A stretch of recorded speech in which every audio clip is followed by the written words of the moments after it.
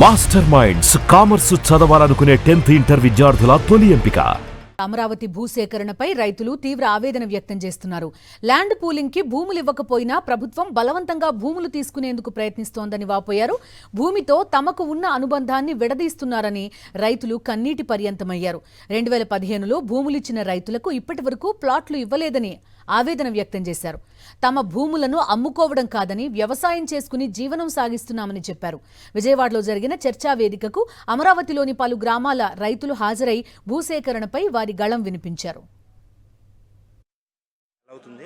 Notification ఇచ్చారు. 80% మొత్తం భూమి మొత్తం రోడ్డు కింద పోతుందండి. తో సంబంధం వీడలేక వాస్తవంగా ఇప్పుడు దాకా పూలింగ్ కూడా ఇవ్వలేదు. దాన్ని 1,00,000 సమస్యలు పెట్టినా కూడా తట్టుకొని ఇప్పుడు దాకా ఆగలిగాము. ఈ నోటిఫికేషన్ ఇచ్చిన తర్వాత గుండె జారిపోయి ఏం చేయాలో అర్థం కాని పరిస్థితిలో వాళ్ళ దగ్గర నుంచి కలిసినా కూడా ఎవరి కాళ్ళు అనుకూలంగా అయితే మాకైతే ఎవరు భరోసా ఇవ్వలేదు.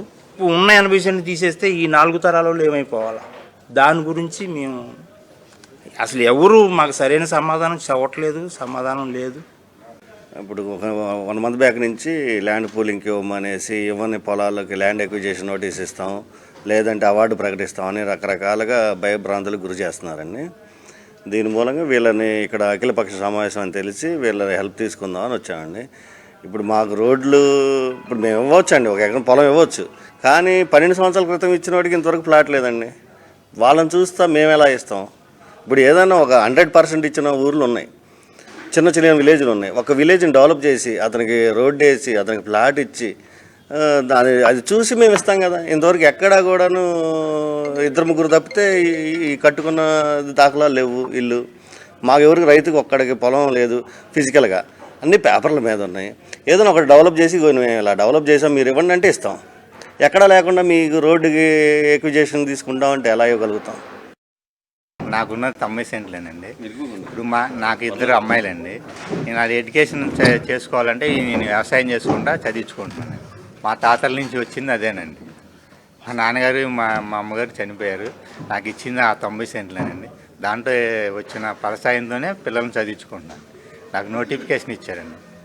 మేము ఎవరి దగ్గరికి వెళ్ళినా మాకు న్యాయం జరగట్లేదు. ఇప్పుడు ఇచ్చిన వాళ్ళకి డెవలపింగ్ లేదండి. ఇంతవరకు ప్లాట్ ఎక్కడ ఉందో కూడా కొంతమందికి తెలియదండి. అసలు ఇప్పుడు కొనేవాళ్ళు కూడా ఎవరు కొనరండి. ప్లాట్ ఉంటేనే డెవలప్ అయితేనే కానీ ఎవరైనా వచ్చి కొనడానికి. నా దాని పక్కన రిజర్వాయర్ తీశారండి. ఆ పొలం దగ్గర ఎవరైనా ప్లాట్లు ఇచ్చారండి. మాకు కమర్షియల్ రెసిడెన్షియల్ అని కొట్టారండి. రిజర్వాయర్ పక్కన ఎవరు కొంటారండి? రిజర్వాయర్ పక్కన కమర్షియల్ ఎన్ని కమర్షియల్ పెడితే ఇక్కడ వ్యాపారం జరిగిద్దండి. ఇప్పుడు రాజధానిలో 53,000 ఎకరాలు తీసుకున్నాండి 29 గ్రామాల్లో.